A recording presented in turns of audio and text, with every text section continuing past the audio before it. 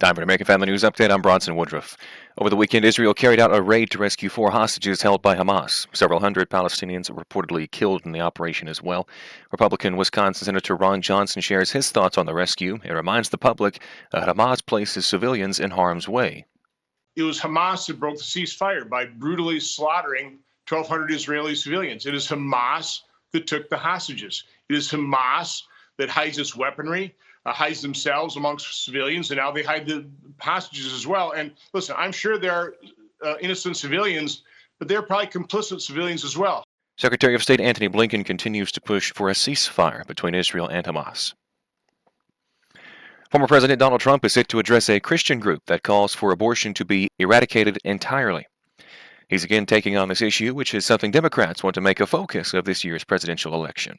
Trump is scheduled to speak virtually at an event hosted by the Danbury Institute, which is meeting in Indianapolis in conjunction with the annual meeting of the Southern Baptist Convention. Trump has repeatedly taken credit for the overturning of a federally guaranteed right to abortion, having nominated 3 of the justices who overturned Roe v. Wade. But he has resisted supporting a national abortion ban and says that he wants to leave the issue to the states. Hunter Biden declines to testify at his trial for lying on a federal form to buy a gun and doing drugs while owning a gun. Rich Edson reports. The defense rested, then the prosecution called a rebuttal witness, the FBI Special Agent Erica Jensen. She was assigned the case last year to connect Hunter's drug use to the time he bought that gun. After a short session of questioning, the prosecution rested.